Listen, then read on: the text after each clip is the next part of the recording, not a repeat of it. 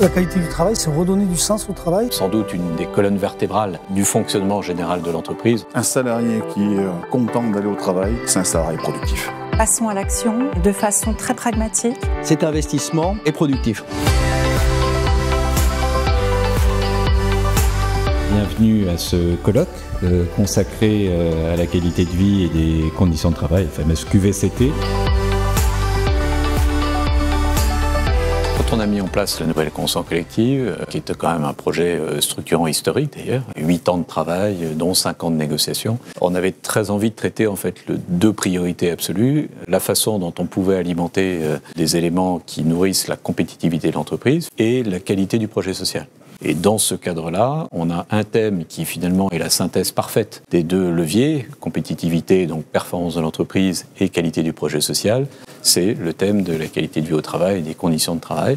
Et on n'imaginait pas, ni les uns ni les autres, avancer dans un projet de cette envergure sans traiter convenablement le thème de l'environnement de travail, de la qualité de l'environnement de travail. C'est vraiment une notion qu'on porte fortement à la CFDT. On pense justement que la qualité de vie au travail passe par la qualité du travail. Avant, du coup, la mise en œuvre de la Convention de début 2024, ce sujet n'existait pas dans la Convention collective. Il y avait des obligations légales de négocier des accords QVCT, mais il n'y avait pas ce sujet en tant que tel dans la convention collective sur la partie IP-QVCT et dans l'accord du coup QVCT. Je pense qu'il peut vraiment inciter les entreprises à s'interroger un peu différemment sur ce qu'est la QVCT et justement quel lien elles peuvent faire avec leurs contraintes. Aujourd'hui, notre difficulté un peu collective, c'est de faciliter ce passage à l'action et l'accord avec le soutien de la branche qu'il porte est quelque chose qui peut vraiment être moteur. Aujourd'hui, on peut impulser pour l'avenir des éléments dans un projet qui vont être ensuite saisis par les entreprises ou par la branche au travers d'idées, au travers d'impulsions, au travers d'innovations sociales. Et donc, il y a une philosophie qui a été comme ça inscrite dans l'accord, qui est celle d'une QVCT qui est le corollaire de la performance de l'entreprise. C'est peut-être des choses sur lesquelles on a le sentiment que les résultats ne sont pas directement mesurables, c'est vrai, mais face à des difficultés, posez-vous la question si des démarches QVCT ne peuvent pas vous aider à résoudre certaines difficultés. Je pense que trop souvent on projette sur la QVCT une démarche extrêmement lourde. Or, la QVCT, effectivement, c'est un moyen qui peut être extrêmement utile pour s'adresser à des problématiques quotidiennes, concrètes et extrêmement répandues.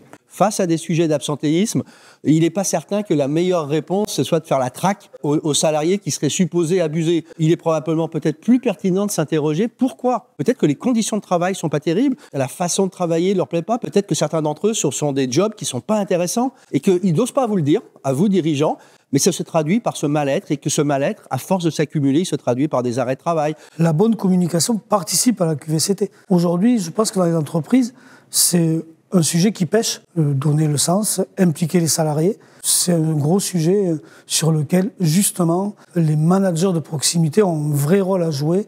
Il faut qu'on les forme à ça. La philosophie qui est celle de notre branche, encore une fois, c'est le dialogue pour la production de solutions. Et derrière cette notion, effectivement, de collectivité de travail, il y a cette notion d'écoute. C'est à partir de l'expérience qu'on essaye de modéliser un certain nombre de solutions qui sont adaptées à chacune des entreprises. Il n'y a pas mieux que l'entreprise elle-même pour pouvoir identifier ses problématiques, identifier ses enjeux et essayer de trouver les solutions. Je crois que c'est vraiment ça, la QVCT. C'est l'amélioration continue par le dialogue, par l'expérimentation. On pérennise ou on reprend un peu le sujet différemment.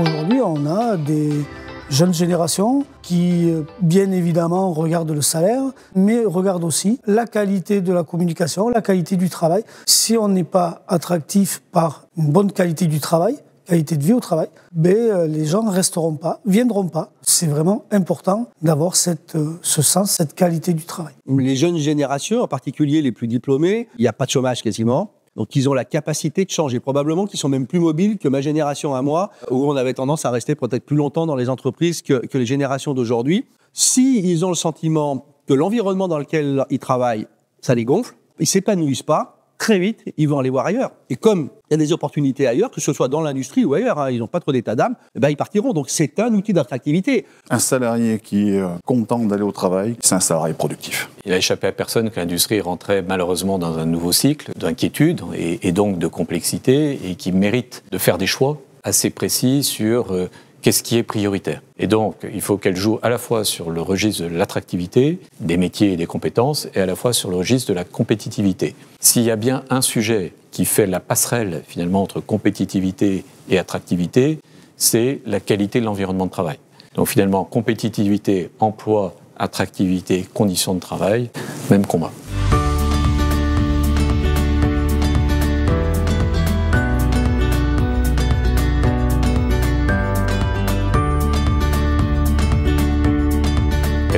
De notre tissu économique est composé de petites entreprises ou de moyennes entreprises, de moins de 250. On n'a jamais opposé dans notre branche les grands ou les petits, d'abord parce qu'en général ils travaillent ensemble. On identifie, on propose, on repère et on partage. Je pense qu'il faut qu'on apporte, et c'est aussi l'intérêt de ce colloque, une autre approche de la QVCT, montrer que c'est faisable, quelle que soit la taille de l'entreprise et là où elle en est. Moi, je suis dirigeant de PME, je dois à la fois aller chercher des clients, je dois à la fois m'assurer que mes processus industriels fonctionnent, peut-être que j'ai une machine qui est tombée en panne.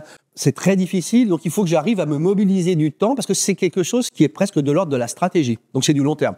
Il faut se dégager ce temps-là de réflexion pour me dire ça vaut le coup de le faire. Une fois que je l'ai fait, que j'ai pris ce temps-là de réflexion, ce recul, et après il faut se donner les moyens de s'engager en se faisant aider. Il y a la RAC, il y a la NAC, et ces organismes sont parfaitement adaptés à ça. La QVCT, c'est quelque chose qui peut être très progressif. On accompagne dans des formats très courts des entreprises de toute taille, mais y compris des entreprises de taille moins de 50 salariés, voire moins de 20. Elles se voient à 3 reprises.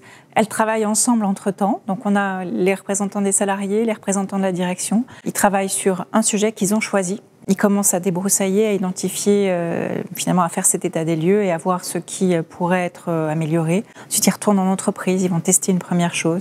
Et puis, on fait ça 3 fois. Et ça permet déjà de débloquer pas mal de choses. Quand on est face à des très gros sujets ou des très grosses problématiques, en général, on commence par du petit, soit au niveau d'un établissement, soit au niveau d'un atelier, qui a une idée, qui veut développer une expérience. Et quand on regarde et qu'on observe que ça marche, en général, et bien plus vite qu'on imagine, la bonne idée se diffuse et au-delà même, quelquefois, de l'entreprise. L'IPQVCT, c'est donc du coup une instance paritaire de branche qui, elle, apparaît dans la convention collective. Et c'est vraiment une ambition de partager la qualité de vie au travail dans la branche. C'est une instance qui a été voulue dans la négociation pour justement travailler et permettre aux entreprises qui ne sont pas forcément dimensionnées pour ça, d'avoir des outils à disposition, principalement des petites et moyennes entreprises. L'enjeu aujourd'hui, le challenge, j'allais dire, c'est de le faire connaître pour pouvoir permettre aux entreprises de s'en saisir. Et c'est des salariés aussi qui doivent s'en saisir, pas seulement les dirigeants. C'est bien aussi pour initier, pour donner envie, pour donner des idées et pour leur dire, voilà, certains l'ont fait, inspirez-vous peut-être de ce qui a été fait.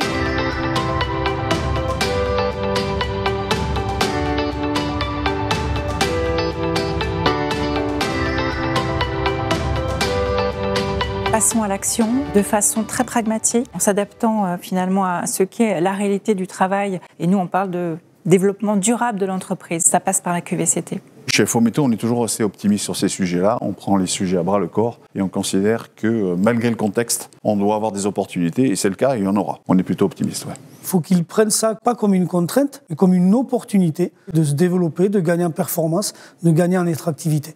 À nous, organisations syndicales, aussi de mobiliser nos propres militants pour qu'ils aillent interpeller les RH sur ces sujets-là et les convaincre que cet investissement est productif. C'est même sans doute une des colonnes vertébrales du fonctionnement général de l'entreprise. En tout cas, c'est ce que partagent au quotidien nos chefs d'entreprise. Les organisations syndicales sont extrêmement, évidemment, sensibles, à juste titre, sur ces questions. À nous d'apporter les réponses les plus adaptées.